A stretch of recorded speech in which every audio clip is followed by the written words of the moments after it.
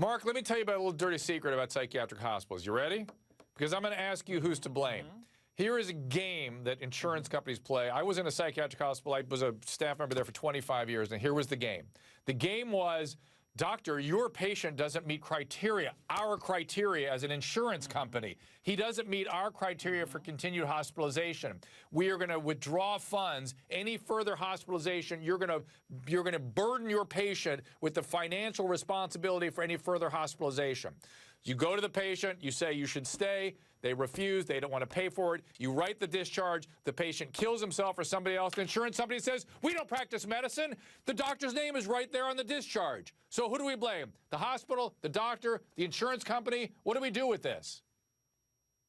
Maybe everybody. I had a client actually get discharged early. His family put him in. And this month, as soon as he gets out, he jumps from a 20-story building and kills himself.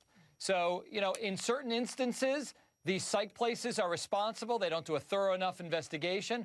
Or in some times, they look and they say, okay, he's stable now. It's time for him to go. And look what he does. And we could throw in the insurance companies. I don't mind blaming them sometimes, too. Joining me on the phone, Owen Boss, Executive City Editor for the Boston Herald.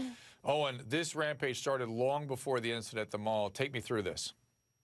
Yeah, it sounds like he was at a practice for his daughter, at a soccer practice in Taunton. And witnesses there tell the Herald that he had a sudden mood swing, started mumbling to himself, crying, got in his car and sped away. And they actually heard a car accident right up the street. Apparently left his vehicle, went into a nearby house and killed an 80-year-old woman, attacked her daughter. And then, as everyone knows, he drove over to the mall and crashed through the front of a Macy's and continued his rampage there. Owen, thank you. It's just an awful story. And Spirit, you must have had this experience I've had of frustration of knowing that a patient shouldn't be discharged and yet being helpless and then putting your name to the page because there's nothing else you can do. You know, and that's not even inpatient for me, Dr. Drew. It's outpatient with the same frustration, cannot get the authorizations needed to continue to see the clients. We have to get our communities to learn the 5 signs, Dr. Drew, #ChangeMentalHealth, because everybody has to be a part of this conversation. We can't leave it up to the insurance companies anymore. And Annalise, I couldn't say it better, Spirit. Annalise, again, this is the same conversation I have about access to guns.